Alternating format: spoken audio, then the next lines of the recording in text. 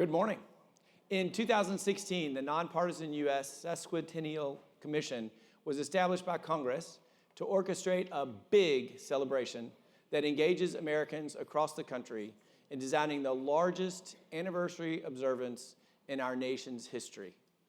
America was built from the local level, and there is no better group to discuss how America's cities, towns, and villages are driving the America250 celebrations than our panel today.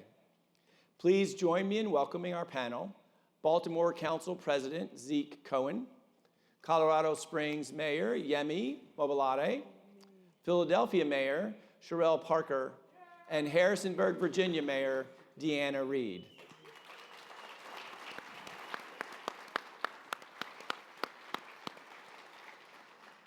America's cities, towns, and villages are part of a national effort to honor and elevate the 250th anniversary through storytelling, recognition, and innovation, and continue to shape American democracy from the ground up. My first question is to Mayor Parker.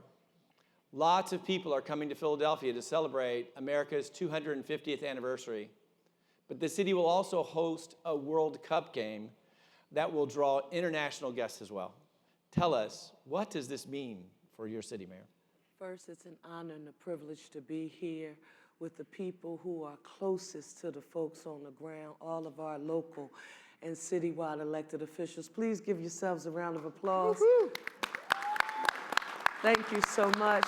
Listen, Philadelphia, the birthplace of American democracy, as we celebrate our semi-quincentennial, we get a chance to allow America at its core to remember who we are. And all of these amazing events for us, from FIFA, MLB All-Star Game, PGA Tour, all of those events are wonderful, but the fact that we have the opportunity to stroll through history, when we know we have a bit of a hope deficit right now in our nation, and we'll get fueled and be able to take back to all of our respective regions a reminder of what American democracy means, and that no matter your race, class, socioeconomic status, zip code, religion, sexual orientation, or identity, our democracy, American democracy, means you. So Philadelphia's ready for you. Come on.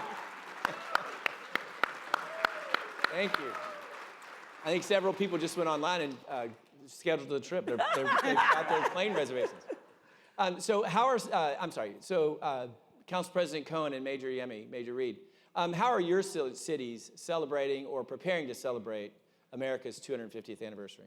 So I'll go ahead and start. And again, thank you for inviting Harrisonburg to be on the main stage. We're excited to be here. Harrisonburg, we kind of call ourselves the capital of the Shenandoah Valley. We kind of named ourselves that. We are the heartbeat of the Shenandoah Valley. And the Shenandoah Valley is known for Civil War history, but we want to tell more than that, right? And so we have a couple of events that we are featuring. One is the Harrisonburg History Trail, which shows 20 different places across the region that will give all types of different history in a personal way. But I want to tell the story of Lucy F. Sims. Lucy Sims was born in slavery, and she later became the most influential African-American woman educator. And the story that I like to tell about Miss Lucy, as we call her Miss Lucy, is that she taught for 57 years and only missed one day. Now, I don't know about you, but I'm thinking about how I'm calling out on Wednesday for the rest of the week, right? We also have another event that we're highlighting. It's called Stitching Together History. It's an exhibit at our Virginia Quilt Museum, which will feature over 250 quilts representing people, places, and events from Virginia history. So we're about 2 hours away from DC, so come on down. I know you're going to Philly, but come on down to Harrisonburg as well.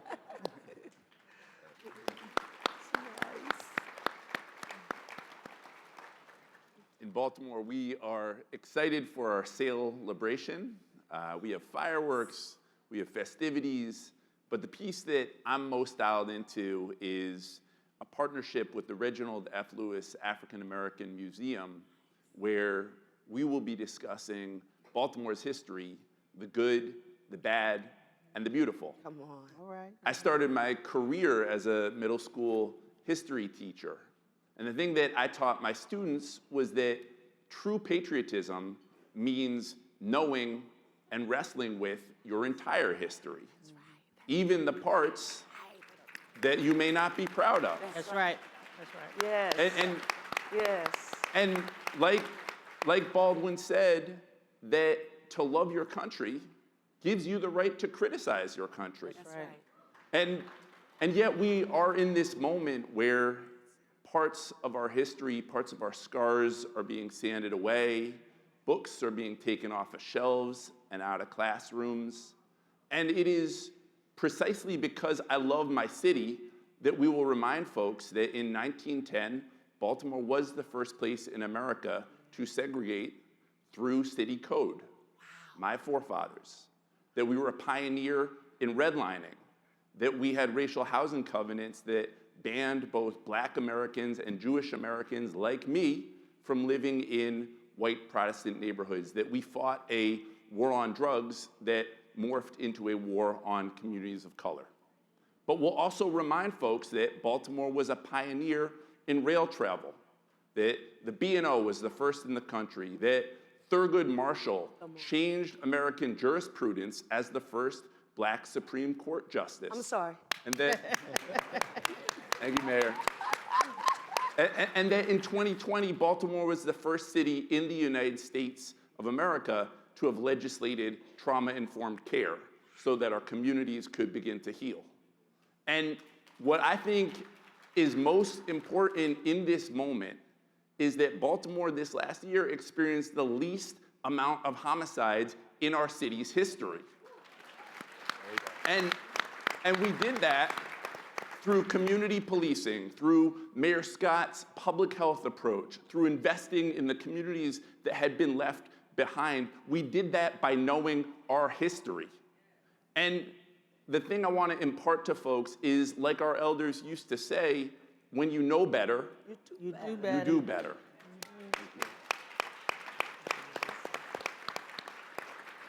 Mayor Yemi. All right, in the state of Colorado, so we have a couple of things going on. You have America's 250th anniversary, and Colorado is celebrating its 150th anniversary. So it's called a centennial state for that reason. Yeah, 100 years exactly from the Declaration of Independence when Colorado was birthed. So we're doing a couple of celebrations, and across the state, there are a number of initiatives. We have the Drone in the Sky, Stories in the Sky, that is going across cities. We have the efforts to encourage residents to climb the 14ers. These are mountains over 14,000 feet. And then we have the free digital state tourism tour to encourage residents to visit different attractions across the state. In my city, in the city of Colorado Springs, we have a lot of assets that are just connected to the American story. We're a proud military city, 5 military bases, the Air Force Academy, NORAD, and a number of other assets. But one of the most American thing in my city, and this is what I want to encourage, so all the leaders in the room, find the most American thing in your community and capitalize on that. For us, is that we are home to America's mountain. My city helped birth the beloved America the Beautiful. So when we talk about Purple Mountain Majesty, that comes from Colorado Springs. So about 7 a.m. in the morning, you can see that hue. It's pink, it's purple, it's in the backdrop of the city. And so we're going to encourage summiting that mountain. We're going to have live music from the mountain, and hopefully the U.S. Forest will allow us to do fireworks. And then one more thing that we're going to do as a community, among many other events, we're championing 150 neighborhoods in the city to do 150 meals. It's kind of this 150 neighborhood initiative. And the spirit of that is this celebration gives us an opportunity to restore what's best of us as Americans, to bring us together, be nonpartisan, bipartisan, and bring humanity back to who we are as a country. And so that's one of the things we're going to be doing. Yeah. So, Mayors Parker and Yemi, Can each of you talk about what kind of impacts you expect to see in your respective cities from the 250th celebrations? Yeah, I'll go ahead and get started. So storytelling.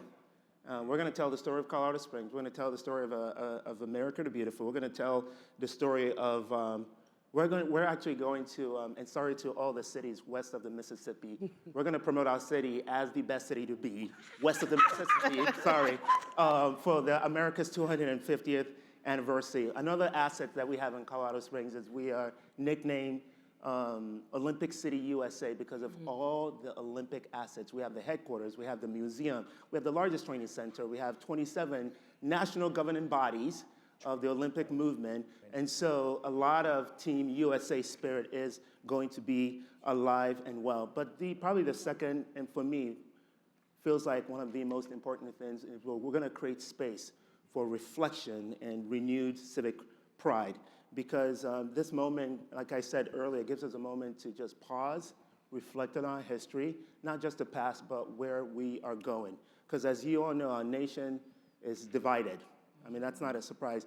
But I want to remind us, this is not the first time we've been here. That's right. As a student of Abraham Lincoln, Come on. Right. we were actually more divided in the May 1800s. But guess what? We came out stronger. And this is a moment, like Mayor Parker was saying, you know, there's a hope scarcity, there's a hope deficit. Yes. This is a moment to renew hope, to renew a sense of civic pride. And so, again, the 150 Neighborhood Gathering Initiative is going to help with those, with that hope. I want to piggyback on Mayor Yemi and affirm this. I think for each of us as local officials, one of the things that it is essential that we do is to ensure that all of our semi-quincentennial celebrations in our respective cities, that they are not just viewed as being in downtown proper or wherever the center of the universe is.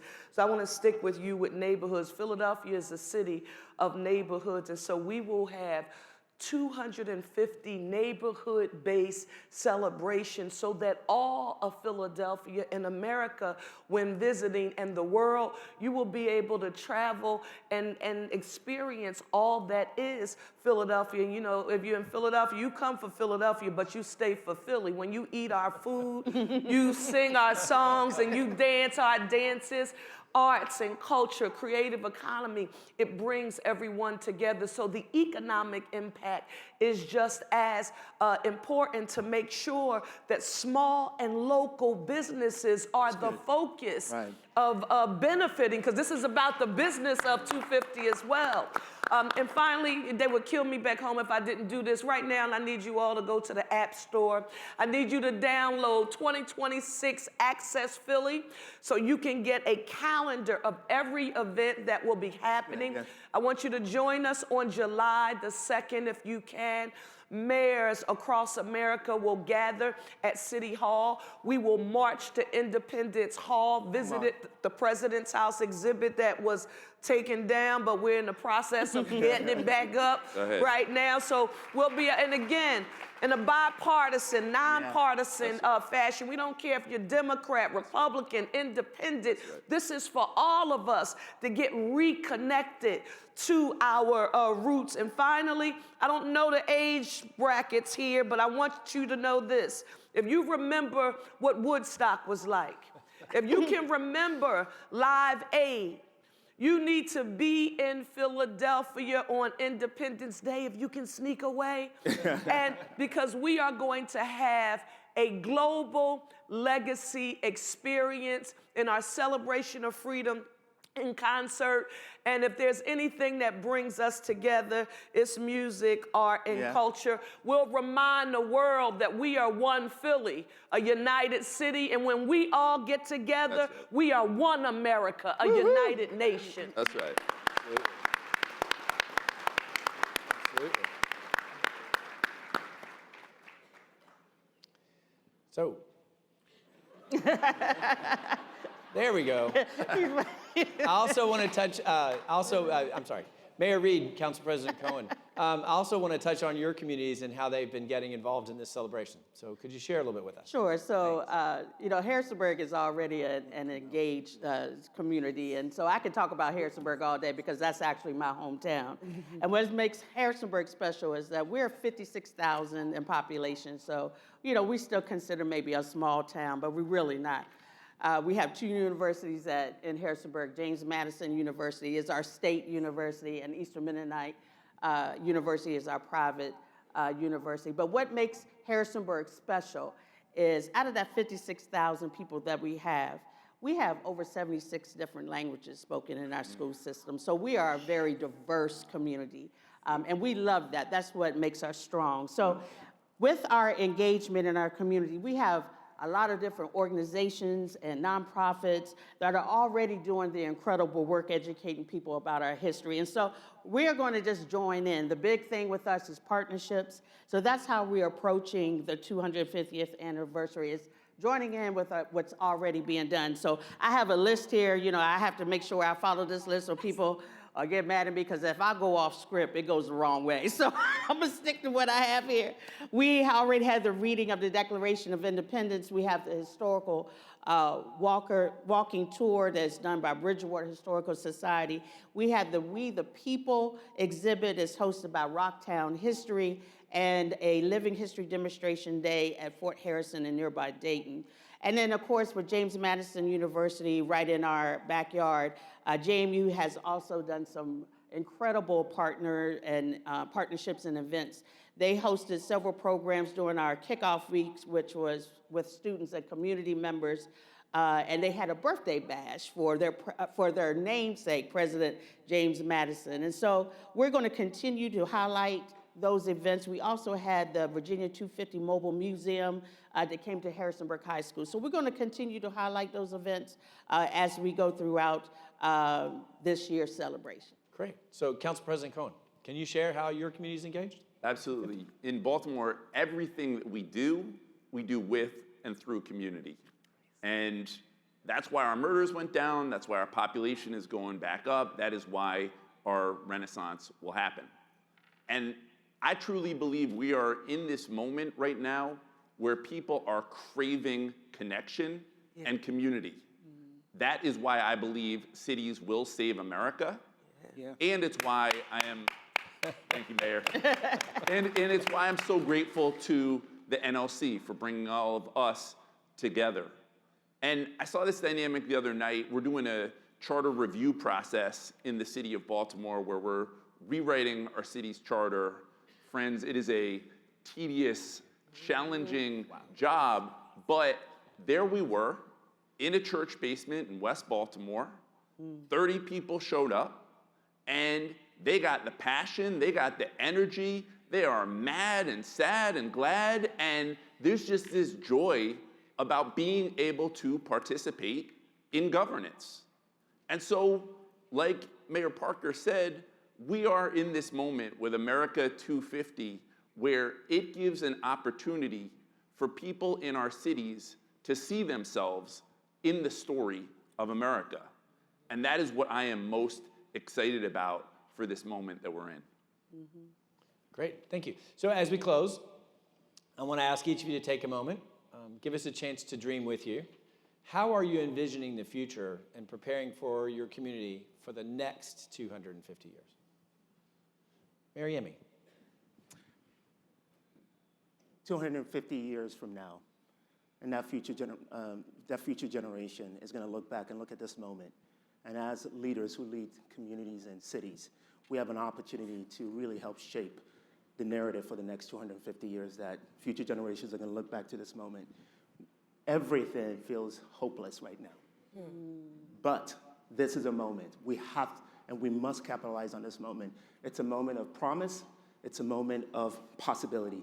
It's a moment that we also get to leverage our own individual uniqueness as a city and individual story. When I think about my story, I came into this country as an immigrant from Lagos, Nigeria, and built a life in Colorado Springs.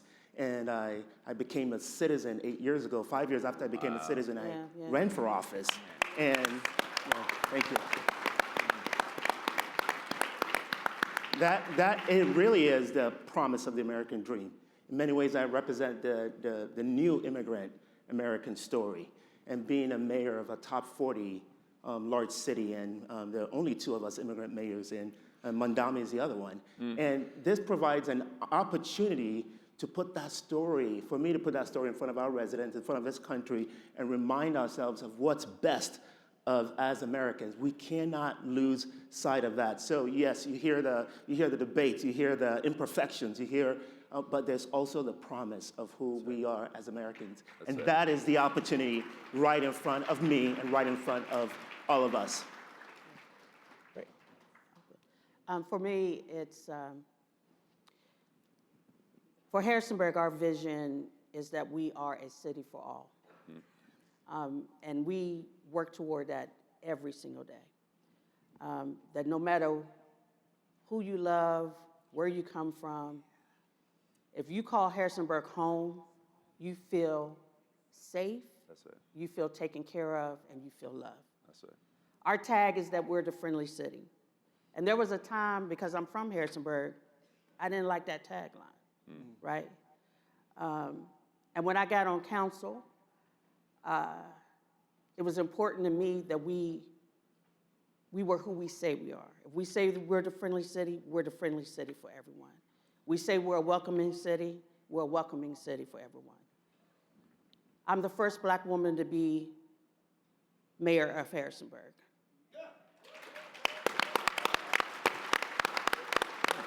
And I say that because of the shoulders that I stand on. When I became mayor, I was the only woman on council. Now my council is women-led. Wow. We have our first refugee on council, Nasser Al-Sadoun. I want to shout out my council members because I know they're in the room. Vice Mayor Danny Fleming, Councilwoman Monica Robinson, and Councilwoman Laura Dent, and Councilman Nasser Al-Sadoun. So we now reflect the city that we serve. And so that's what we continue to strive to be, that city for all. And that's what we want to continue to do for the next 250 years. That's good.